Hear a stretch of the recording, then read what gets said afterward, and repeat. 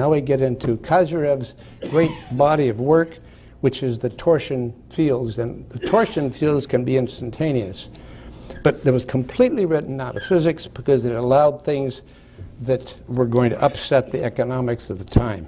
By the way, the thing that I really want to bring across here is the fact that this ether, this so-called ether, is the variable permeability and permittivity of space. I mean, it's obvious. You can't have a space that emits waves that are defined, the velocity of the waves are defined the permeability and the permittivity without having such a space. But that was wiped out because that requires two kinds of numbers because they don't use the same mathematics. The Earth's rotation introduces a one-way energy gradient in its electromagnetic field that causes the atomic clock circumnavigating westward to run an average of 273 nanoseconds faster than similar reference clocks at rest on the Earth. The airborne clocks that circumnavigate eastward against the absolute motion of the spinning Earth ran an average of 59 nanoseconds slower. Now, the standard model has an invariant round-trip speed of light and assumed invariant 377 ohm vacuum impedance that conceals Maxwell's variant one-way light speed. By so obscuring the two energy density dependent permittivity and permeability required to produce the variable vacuum impedance gradient. Now this is the key to this absolute motion in the ether. The fact that this impedance is variable. All you need is some massive energy to literally compress space. You know that light waves, when they go around a star, bend. Well, that's why they bend. I mean, it's not rocket science. It was understood clearly by Nikola Tesla. To make a long story short, I built a magnifying transmitter. Are you familiar with the Tesla's work already? Are you familiar with it? His greatest contribution to the world was his magnifying transmitter.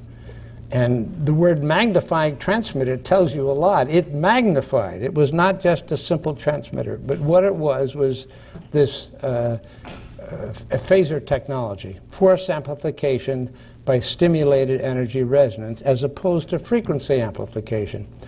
In a laser, you lose about 90% of your energy. You have to excite the laser with very intense light. It changes the population of your atomic states and you can get back coherent light, but you still blow 90% of your energy.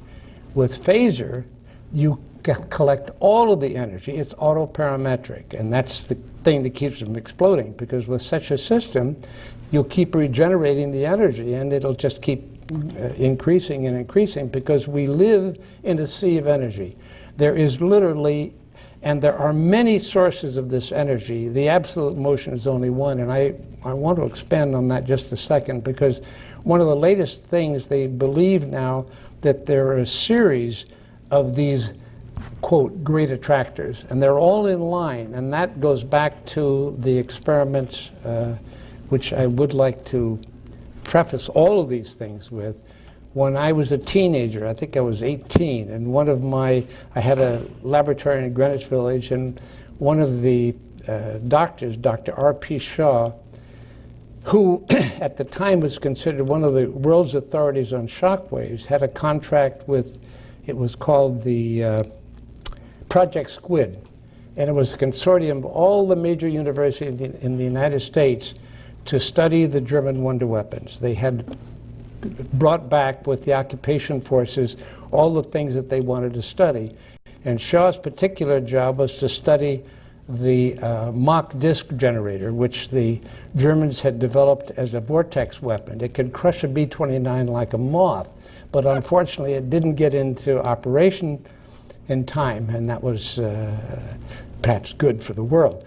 But what they succeeded in doing, and I was privileged in that I saw some data which is probably super classified, but I saw the film. I mean, they thought I was a child, it didn't matter. I mean, but I certainly remember it. And this was there's a device called a mach disk, and this is at the basis of almost all of my work. Has anyone here heard of the mach disk? Oh, you know about it? Well, not very much about it. Well, tell me what you know, because Well, does it have something to do? The microphone. This should be recorded. I'd be glad to hear it. I'm not sure that I have, but it has something to do with the saucer elevation and there was the flying of like flying saucers that the Germans had. I'm sure it does, but remember, Mach was a scientist and of great, and he was not interested in anything that he couldn't demonstrate. A Mach disk, and I don't know how he succeeded in doing it because it was sort of like Tesla technology. I mean, it turns out that if you can create a toroidal vortex at 5 times a thermodynamic speed limit. Now, when Shaw came back from the Anahuac Atoll for the study of the hydrogen bomb, he built a 2-mile-long plywood tunnel that was big enough to drive a military truck through. That tunnel was backfilled with helium because helium has an adiabatic constant of 1, and they could measure the shock wave of our first hydrogen bomb. But what they discovered was superluminal velocity. And so the military knew about superluminal velocity in 1948. But the important point here is the nature of the Mach disk, because that's what this German wonder weapon was all about. Mach discovered that if you have something, and this is where Shaw comes in. He came back. I didn't know what he was talking about, but it sounded pretty good for an 18-year-old. If I could create the right kind of a magnetic field, I could punch a hole in the fabric of time. Wow. That's what I wanted to do. Now, you have to understand that the fabric of time is entropy. So all he was talking about was what Prigogine did in 1977 when he won the Nobel Prize. But, and that gets into atomic memory and reversing the vector of time. And all these machines which use this technique of phase conjugation. Phase conjugation, basically, there's a whole article in Scientific American called Time Reversed Light. And it's a very good way to describe this. We've done it with lasers, and lasers are very easy to understand because the mathematics is very simple compared to other systems. But I'm getting off the topic of the Mach disk. What they did, they found, and this is quite a trek back in 1948, but they found a motorcycle that could run at, I don't know why they did this, they got a lot of things that blew up, but they found one that could hold together at 40,000 RPM. They needed a piston system that could be revved up to 40,000 RPM in order to pump a long stainless steel tube. It was a resonant tube. It took 380 horsepower to overcome the energy to pump this thing. But now, and then they had to have Schlieren photography to make these particles visible. But this machine was creating these Mach disk particles.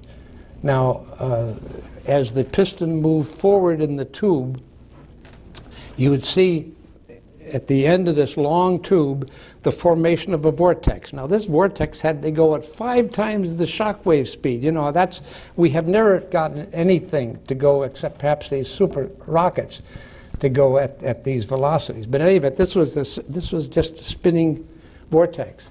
And as the minute the piston reached the end of its stroke, it would have to stop and slow down. By the way, this is the essence of the second law of thermodynamics. Rectilinear motion. You cannot exceed the, you can't get around the second law of thermodynamics. You've got to die. You have to create a loss, because when that piston slows down and stops, you're losing energy, and then it reverses. Now, the minute that happens, this Mach disk detaches itself from the end of the tube. Now the piston is pulling back, and a new Mach disk is being formed, but this is counter-rotating. So you have, let's say, a matter Mach disk and an antimatter Mach disk, and they go in series, and these would be like trains. And they were able to move this Schlieren field mechanism down so they could see what happened further on in the building. And the first Mach disk, as it moves through space, is organizing the space. So the Mach disk that's following it is gradually catching up to it. At some point they touch each other. At that moment they touch, that whole area scintillates. And pow, a new one is formed. with all of the energy of the complete system, there is no loss of energy, and that's what made the German window weapon so effective. They could fire this thing in an airplane and put a gigawatt right at that point in space, and that's what was part of our Star Wars program. So this is not new. The military has all kinds of things that you can't believe in their black ops programs. This is one of them. But what is important about these Mach disks and the fact that this is what we saw is in astrophysics. If what the astrophysicists saw was that the reality is a series of these Mach disks, perhaps our black holes are nothing more than a series. By the way, I had a paper which I wrote on this. It turns out that this great attractor, if they made a photograph of the vectors of all the stars and all the motions, it looks just like a Mach disk. It's amazing. So there may be something to this as being a real model. Now, the reason I'm focused on this is because it's the ideal form of a soliton. We do have the mathematics for it. Elizabeth Roscher, this is one of the things we want to talk to her about, is because this is something that is really understandable. And it can be used, it does exist, and the most amazing thing about Mach disks, and this has been published by the military, it's available, entropy reverses as you pass through the center of the Mach disk.